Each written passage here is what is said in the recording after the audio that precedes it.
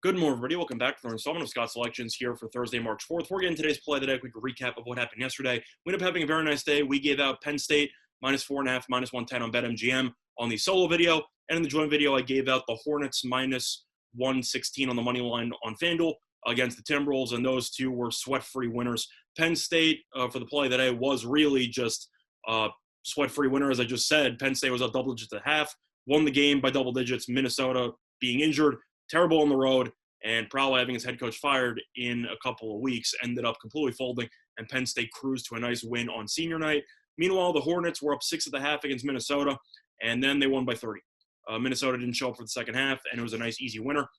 So a very nice day once again on Wednesday. Hopefully we'll get another one of those on Thursday. And for the play of the day, we're going to be looking at a college basketball matchup taking place at 8 p.m. Eastern Time, and it's going to be between UTEP and Kansas. And the play that is going to be on the Jayhawks -17.5 and -110 at BetMGM. The time recording of 12:49 a.m. Eastern Time. A couple reasons why I like Kansas in the spot. First of all, 17.5 might sound like a big spread. It's actually a really good number. If you look at the line movement so far, it has gone from -16 to -18.5. If you look on DraftKings, FanDuel, BetOnline, all these books, they all have Kansas at 18.5. Some of them even have Kansas 18.5 at -115. Yet BetMGM has 17.5 with no additional juice at -110. So BetMGM is giving you a free point with Kansas, and you know me as a line shopper, I'll gladly take that to the bank. So I like Kansas. I think that's a good number. This line should probably continue to climb. Now, before we get into why Kansas is even playing against UTEP, I'll do a quick recap of both these teams so far this season. UTEP is 12-10. Kansas is 18-8. UTEP has also been terrible on the road this season, 2-8 straight up and 4-6 ATS on the road. Meanwhile, Kansas is 12-1 straight up and 7-5 ATS at home. So I do think Kansas should be in for a pretty, I'd say, easy victory here at home on Thursday night. But looking at Kansas, once again, I mentioned this every video this week, basically. I'm going to do it again. It's senior night for Kansas. And I know you might get annoyed that I'm sounding like a broken record.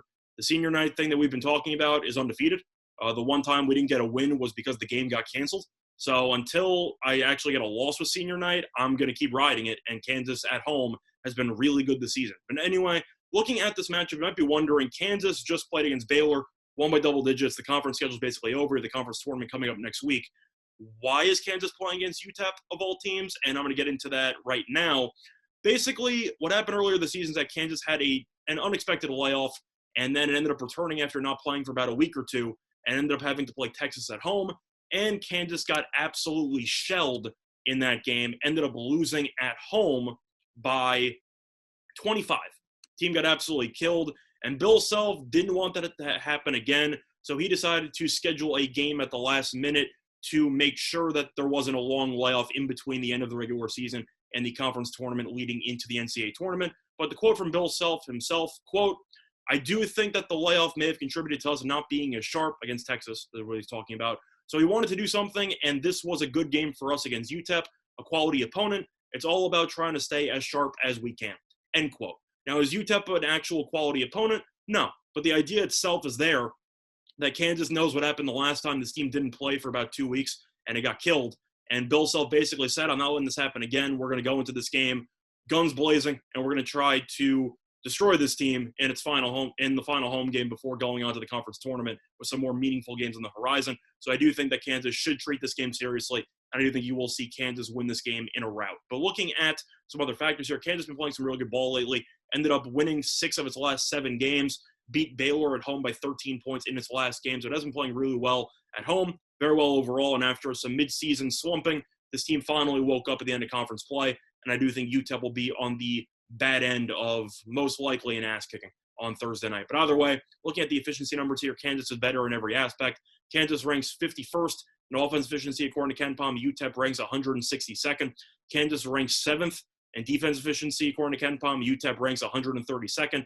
And in rebounding, Kansas ranks 67th in rebounding rate, and UTEP ranks 246th. So just a quick recap of all that. Kansas is 100 spots better minimum in all 3 areas, and you know that that means UTEP should have its hands full with McCormick and with the guards in pretty much every single position. UTEP just simply doesn't have the athletes to compete with Kansas. And if Kansas is truly motivated for this game, which I think they will be on senior night, this should be a pretty one-sided affair, to put it mildly. But either way, looking at some trends in the spot, Kansas is 5-0 ATS in its last 5 home games. and UTEP is 0-5 ATS in its last 5 road games. So simply put, once again, play that is going to be on Kansas minus 17.5, minus 110 on BetMGM. That's been installment Scott Selections. Go to all of you and your respective bets today. Bye, everyone.